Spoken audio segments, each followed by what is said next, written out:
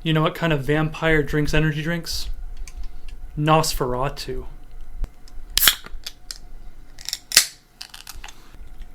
Hey guys, what's going on? This is Lucas here and welcome to my channel, and if you're a subscriber, welcome back. Happy Wednesday. Today I want to tell you guys about 5 movies that I think you should be watching in the month of October.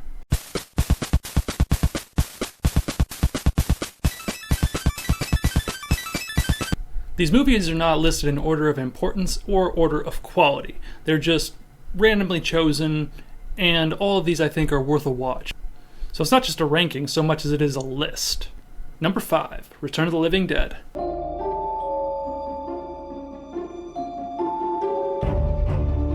This movie came out in 1985 and it is about an hour and a half long. I think this movie is just the perfect movie to watch during Halloween because it is a horror movie, but it's also a comedy. And it's a comedy that's done well. You know, sometimes you get those comedies that are played straight and do it well, and then other comedies that try to be funny, but then end up just being cringe. This isn't like that. This is sort of like a nice, subtle, sort of sarcastic humor. Frank and Freddy, 2 characters that are working at a medical supply warehouse, come across a tank filled with a zombie-like creature. And it is explained that this was from the actual original Night of the Living Dead from, I think it was 1966. And so this is sort of like a pseudo-sequel to that movie. Basically, Frank tells Freddy is the new hire to the medical warehouse, he tells him about how he and his boss have kept a chemical called 2,4,5-trioxin down in their basement. And this chemical was what caused corpses, skeletons, and the like to turn into zombies.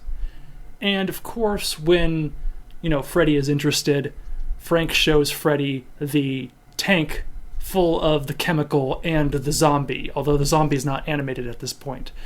And of course, hubris takes a hold of them, and the tank ends up leaking, and one thing leads to another, and this whole chemical ends up all over the city. Now, what I like about this movie is, 1, the runtime isn't that long, so it doesn't overstay its welcome, especially for a comedy-horror hybrid. 2, it has very good characters. All the characters are really interesting, and they all have nicknames. You don't have anybody who's like John Smith. You have these basically ruffians who are hanging out in this graveyard, who are basically the friends of Freddy, and then you have Freddy, Frank, and then the boss, Bert. And it's just really fun. They have really fun personalities, and just the way that they react to the zombies and the way that they freak out over the zombies is hilarious. And you end up caring for some of these characters and, hoping that the bad stuff that ends up happening to them wouldn't have happened to them. But this movie has a ton of good action, it has good horror, and it mixes the good horror with comedy. So I quite like that. Number 4, Cube.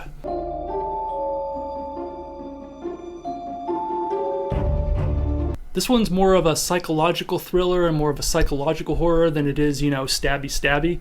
And this movie is about 7 people who are in this Rubik's Cube-like structure, and in sort of an escape room-like fashion, they have to work together to try and find their way out of this cube.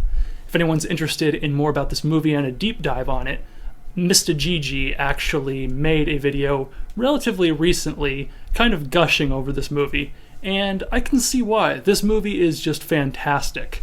This movie came out in 1997, and like the previous entry, it is only about an hour and 30 minutes. And you would think, since the whole thing takes place in just one cube space, that it would get boring, but it actually doesn't, because the characters carry the whole film, and it's interesting seeing them kind of break and seeing them have to rely on each other to get out of this maze. I like to think of this movie as like Saw and those sort of escape room type movies before those even became popular. So this was like the OG escape room movie. And I think it holds up well. I mean, the practical effects are good, but the CGI is admittedly kind of terrible. So just ignore that. Just ignore the early, 2000s, late 90s CGI that you see in the movie. Just kind of get involved with the characters, get involved with the practical effects, and the kind of psychological games that the characters are going through with the puzzles. I think that you'll enjoy the movie a lot if you go into it with that mindset. And it's just fantastic seeing what the director was able to do with such a low budget. A lot of the people who worked on the film worked for pretty much no wages because they just wanted to make it as a passion project. And I think that's really cool. It ended up being a really cool movie. So yeah, watch that. Number 3, Stephen King's It. Both the 1990 version and the 2017 version.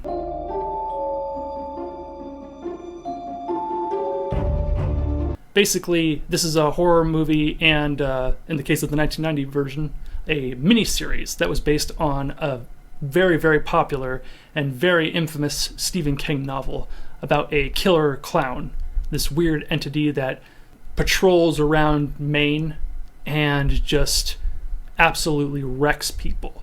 Basically, the main character, his brother, when his brother was a little kid, gets eaten by this clown-type character, and that just sort of like is the branching off point for the main character and his friends to go looking for this creature and to kill this creature. And it's a fantastic story, honestly. The first one, the 1990 version, is very campy, and it's not really that scary. Like, once you get used to it, it's not really that scary. It does have some moments that are pretty spooky, but those are few and far between. Mostly what you're watching for the miniseries from the 90s is the acting by Jonathan Brandis and Tim Curry. I mean, I think they carry the film really well. And the 2017 version is definitely what I would call a good horror movie. It was a more faithful adaptation of the book, and it was a lot scarier. I would say that if you wanted to choose between the two, I would say the newer one is the way to go, and I don't think you'll be disappointed with it. I think it does what it sets out to do. It's not going to be breaking any new ground, but it's definitely scary and definitely kind of, I think it's going to be a classic for years to come. The miniseries is 3 hours and 12 minutes, so it's quite a marathon, and the 2017 movie is 2 hours and 15 minutes. Number 2, Hellraiser.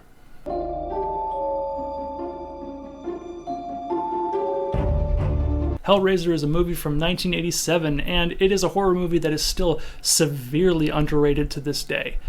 I think a part of the reason why it's underrated is because it's not just a slasher movie. It's not just a movie with a body count and a movie where you can turn your brain off and kind of pay attention to the killer character.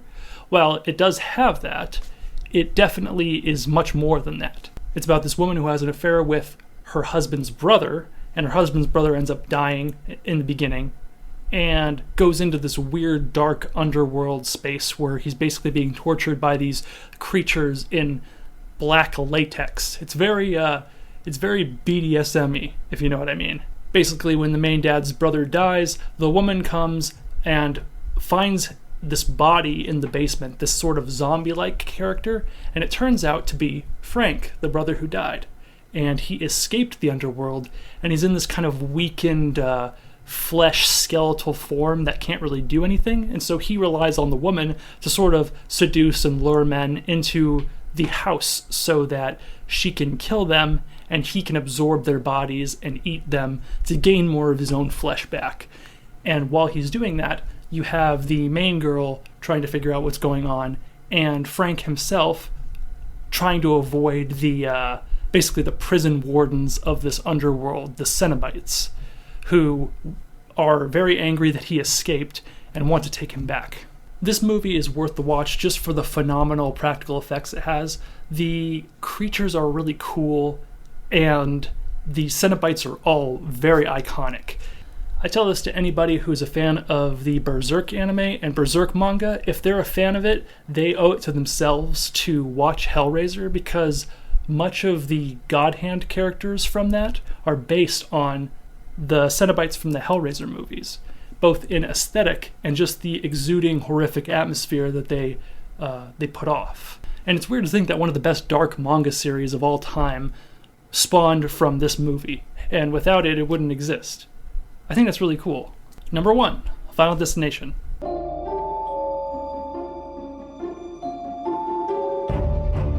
Coming out in the year 2000 at a runtime of 1 hour and 38 minutes, Final Destination is a horror movie that was originally a concept for an X-Files episode.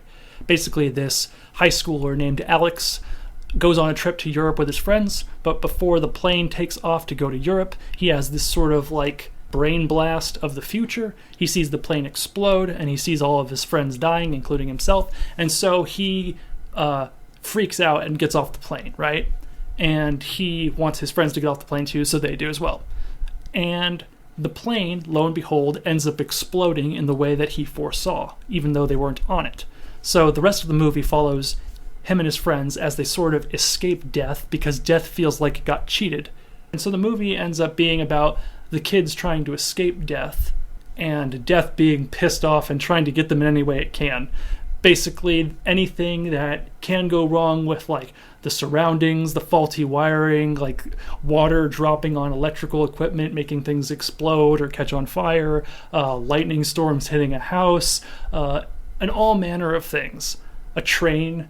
Basically, it's just like death is hell-bent on getting these teenagers, and it's fun to watch. It's not the best movie, and it's not a thinking person's movie, I would say, but it is a very thematic and atmospheric movie that is fun to watch, and it's a very good popcorn flick, and it's definitely one of those everybody loses kind of movies. So yeah, that's the video, guys. Make sure you like, comment, and subscribe if you liked it, and let me know in the comments what you guys think of the movies that you're watching this holiday season, and if you have any suggestions of things to watch. Alright, I'll see you guys Friday. Catch you later.